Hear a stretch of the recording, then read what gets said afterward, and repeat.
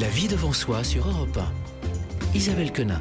Le répondeur santé, vous le savez, vous appelez le 3921, vous vous laissez guider bien sûr et vous posez à Gérald de Kerzeg toutes les questions que vous avez envie de lui poser parce que tous les après-midi, à cette heure-ci, vous avez rendez-vous avec le répondeur santé. Tout de suite, la première question. Bonjour docteur, je m'appelle Joël, j'appelle de la région lyonnaise. Mon mari qui a 67 ans aujourd'hui a des problèmes de genoux, il n'a plus de ménisque. Ceci est dû à un accident de sport, il faisait beaucoup de judo quand il était jeune. Y a-t-il une intervention chirurgicale possible qui ne soit pas aussi lourde qu'une prothèse totale? Merci.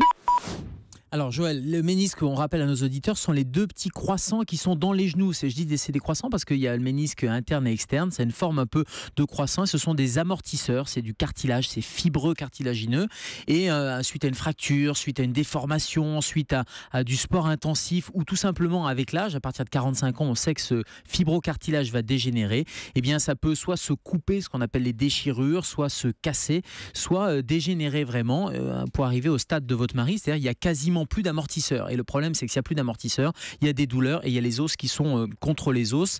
Et l'IRM va permettre de faire le diagnostic, de regarder précisément ce qui s'y passe. Et avant l'intervention chirurgicale, il y a des chondroprotecteurs, c'est-à-dire des médicaments qui vont protéger le cartilage. On peut mettre de la glace sur le genou. Il y a des semelles orthopédiques pour servir d'amortisseur là aussi. Et la chirurgie, c'est le chirurgien orthopédiste. Ça peut être soit une greffe, on peut aller jusqu'à la greffe de ménisque ou on peut aller jusqu'à des substituts de ménisque là aussi. Ça, c'est quelque chose qui est en train de se développer mais qui est en cours d'évaluation et c'est souvent une chirurgie mini-invasive.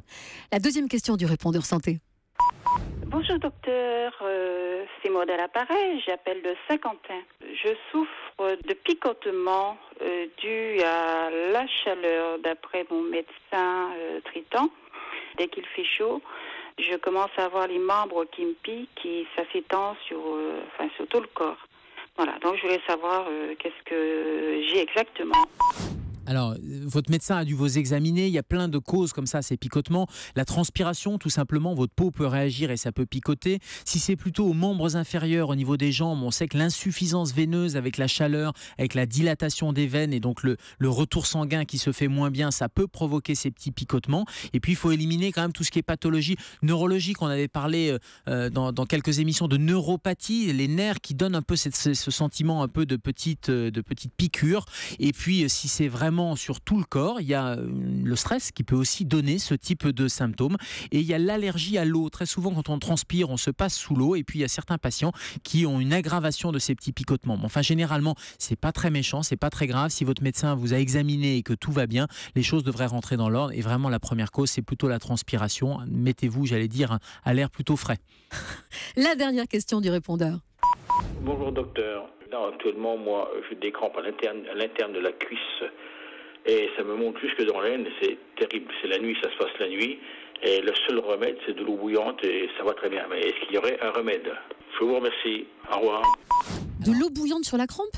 Oui, sur la crampe. Alors, avant le remède, il faut trouver d'où ça vient. Alors, est-ce que c'est vraiment une crampe ou est-ce que c'est une douleur? Est-ce que c'est un phénomène vasculaire? Est-ce que c'est une douleur neurologique? Donc, tout ça, c'est votre médecin qui va pouvoir le dire. Et puis, quand vous dites que ça remonte jusqu'à l'aine, peut-être que ça remonte pas, mais peut-être que ça descend. Et je pense en particulier à des douleurs type de colique néphrétique qui vont partir du bas du dos et qui vont tourner un peu vers l'avant, vers les organes génitaux. On a l'impression que c'est vers l'aine et que ça remonte, mais en fait, c'est une douleur qui descend puisque c'est plutôt une douleur de colique néphrétique. Donc, bien sûr, il faut un examen clinique, éventuellement un Doppler. Je pense que ça vaut le coup d'aller regarder l'état veineux, l'état de la circulation, voir si tout circule bien. Et puis pourquoi pas changer de position de sommeil, le fait de changer, de mettre les pieds un peu en l'air ou au contraire un peu plus bas, tout ça pour voir si ça améliore ou pas. Et ça va être des choses, des indices qu'il va falloir donner à votre médecin. Ça va pouvoir l'aider dans son diagnostic.